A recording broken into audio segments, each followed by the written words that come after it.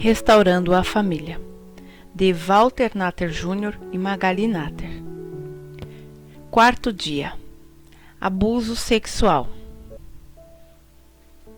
Vamos agora entrar em uma área de grande complexidade para todo ser humano, o abuso sexual. Ao olhar em um dicionário, você vai encontrar a palavra abuso no que se refere ao sexo, como sendo ultraje ao pudor, cometer abuso contra uma garota. São poucas definições específicas. Porém, ao analisar profundamente o assunto, vamos ver que o abuso é uma crueldade, violência desmedida, uma invasão de privacidade, um ato egoísta que busca prazer próprio, falta de amor e respeito ao próximo, um ato de prática imoral, conversas lascivas no âmbito familiar, conduta amoral, devassidão, ao olhar alguém tomando banho ou trocando de roupa, forçar a esposa a ver pornografia e praticar atos de sadismo, trazer parceiros para o leito conjugal, sexo grupal, orgias. Geralmente o abuso parte de alguém que tem uma mente perversa e, na maioria das vezes, o abusador foi abusado. Por isso, seus pensamentos são de lascívia e não de amor.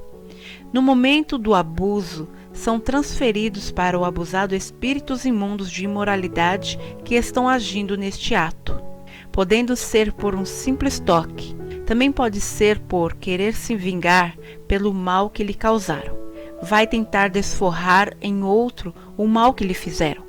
O coração da pessoa abusada fica com feridas e marcas profundas, agasalhando muitos sentimentos, como ódio, revolta, mágoa, nojo, ressentimento, medo, pânico em pensar que o abusador pode voltar, passividade, indignação, sensação de sujeira, tomando banho várias vezes para se limpar, sentimento de fracasso e impotência perante a situação, como também muita dor. O abusador também faz uso de ameaças para coagir sua vítima, dizendo à criança indefesa: se você contar para alguém, eu mato seu pai e sua mãe. Agora pare e pense. E se o abusador for o próprio pai?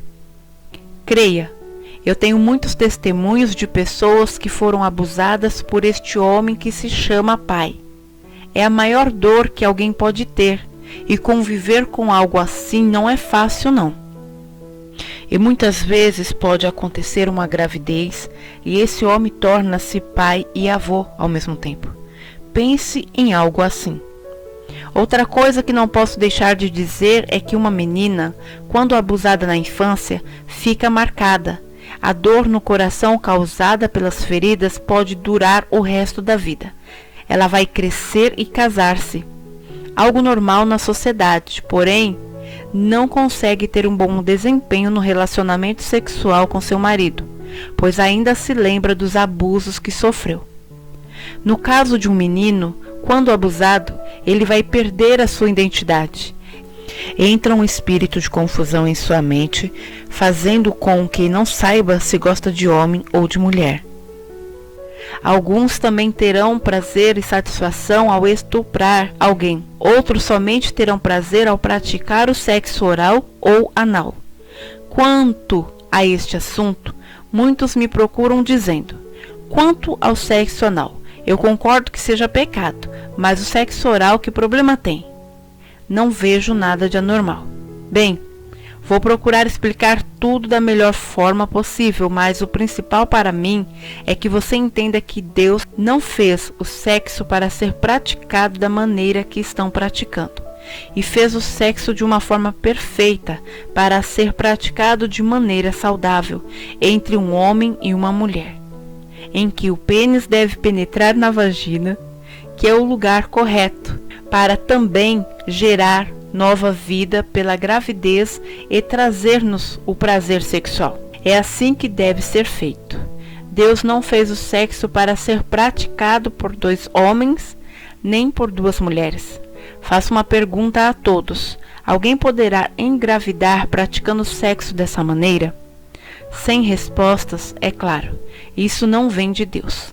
Em Apocalipse, capítulo 21, versículo 8, diz que é um ato de abominação, pecado de condenação.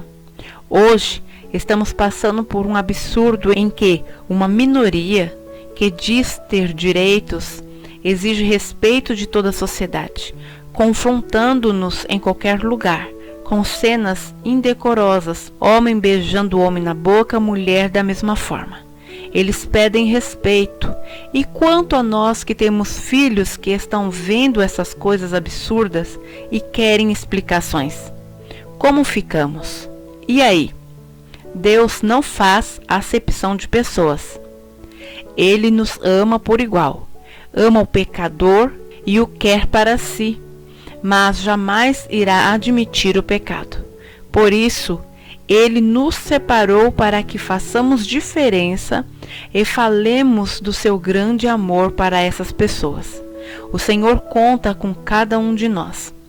Deus é bom para mim e manda a pessoa certa para que eu possa aprender cada vez mais.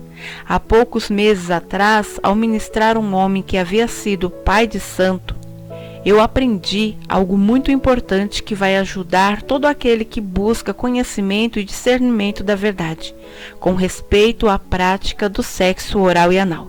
Ao ser ministrado, ele me disse: "Sabe, pastor, tudo o que o Senhor fala na palestra de restauração sexual é pura verdade. E eu quero dizer uma coisa que vai ajudar a completar tudo o que o Senhor diz a respeito do sangue. Quando derramado na perversão, servir de alimento para os demônios.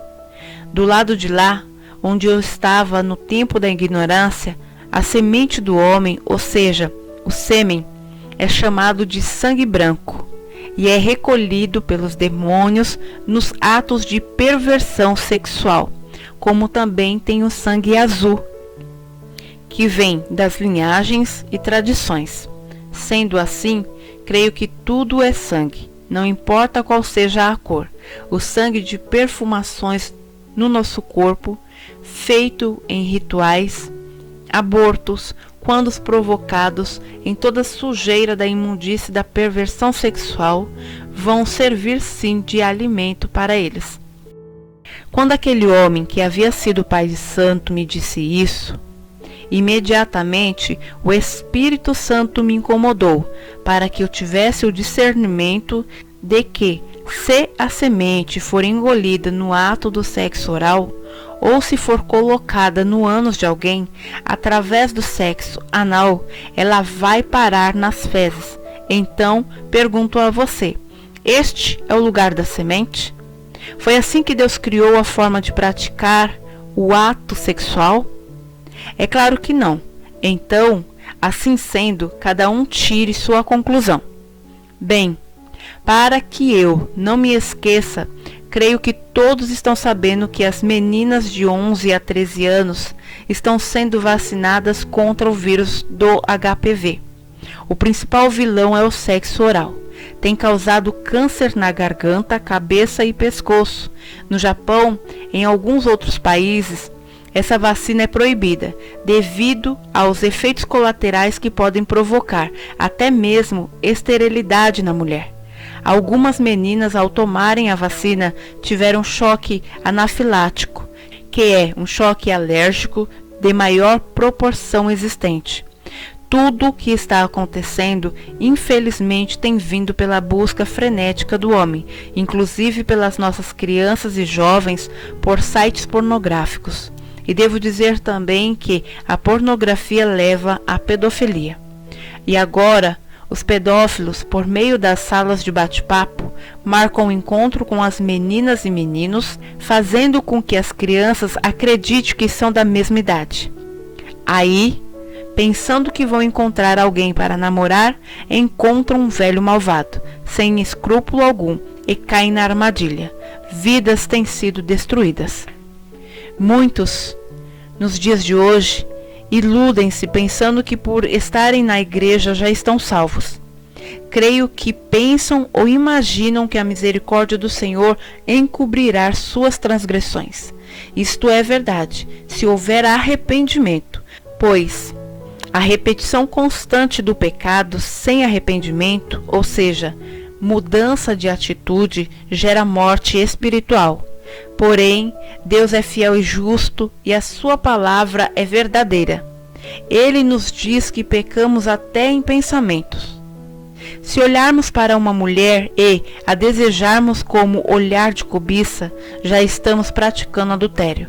Mateus, capítulo 5, versículo 28. E aí, como fica?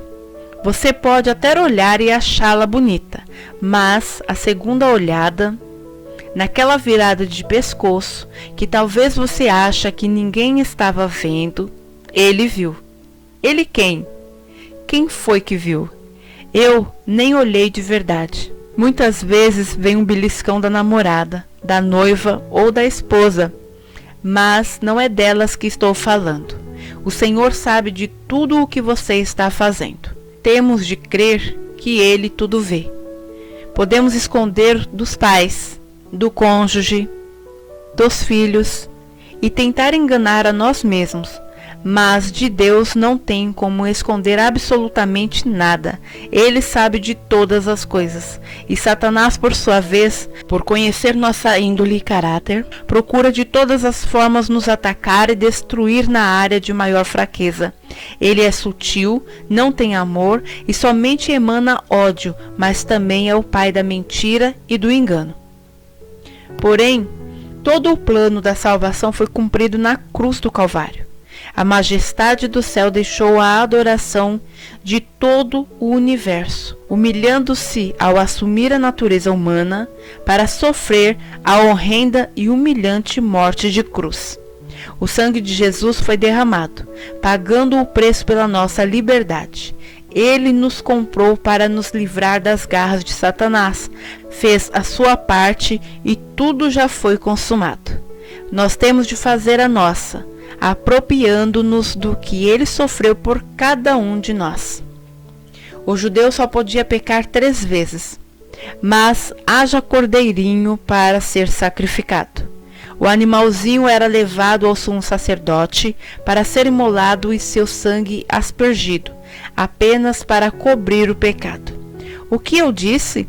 Apenas para cobrir o pecado.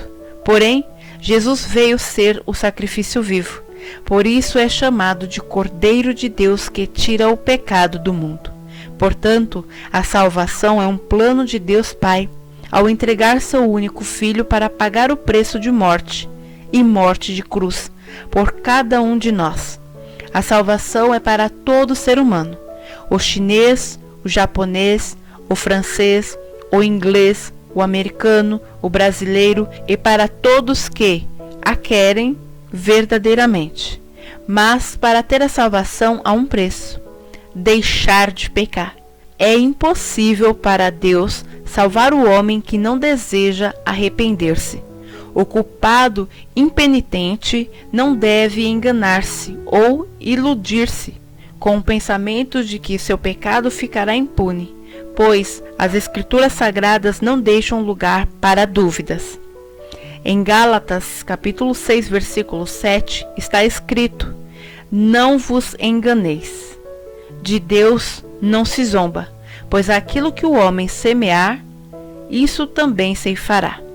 Quando os mandamentos de Deus para o homem são esquecidos e não cumpridos, quando a imoralidade, a promiscuidade e a corrupção moral tornam-se tão banais a ponto de tudo ser aceitável e normal, é que se fazem necessárias estas advertências.